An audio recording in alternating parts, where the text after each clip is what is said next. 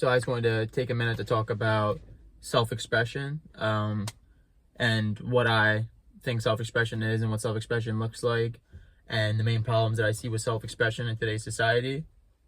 As I think that with the internet, you have an opportunity to express yourself more than ever before.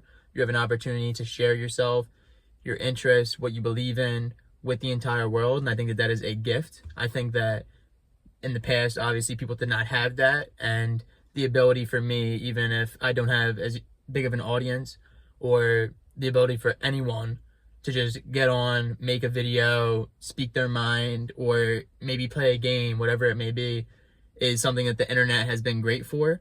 I think that now it is used for a lot more pointless videos and stimulation, and I think that this is the real use for it. And I think that overall, self-expression is kind of feared in society, and I think particularly among teenagers.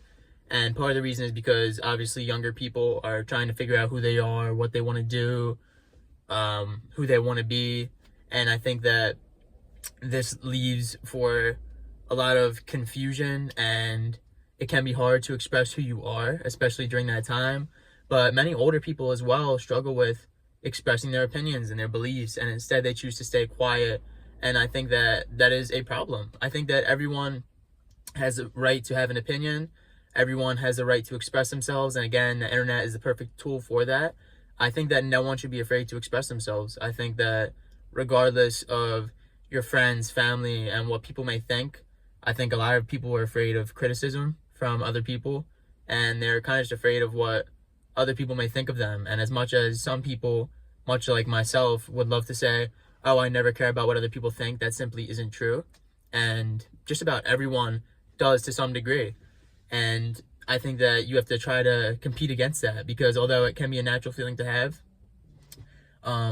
everyone should express themselves. No one should just fall into the pack or try to be like everyone else just because it's normal, just because they think it's right. And I think that a lot of people may be afraid of being like cringe or corny or whatever. And those words are corny in of themselves. And the fact that expressing yourself has a negative connotation and being seen as weird or different is a bad thing and not a good thing is very counterproductive to good ideas and good people expressing who they are. And I think that the internet also can show a lot of hate. And I think that it's important to remember that self-expression is more important now than ever, as people can express themselves, and everyone has a right to do so, and you should not be afraid of what others may think or anything like that at all, any criticism, because if anyone is criticizing you, then they themselves are just simply wrong and might need to look in the mirror and think about who they are as a person. And yeah, so just don't be afraid to express yourself. If you're watching this video, do not be afraid to. Maybe start your own YouTube channel, whatever you may want to do.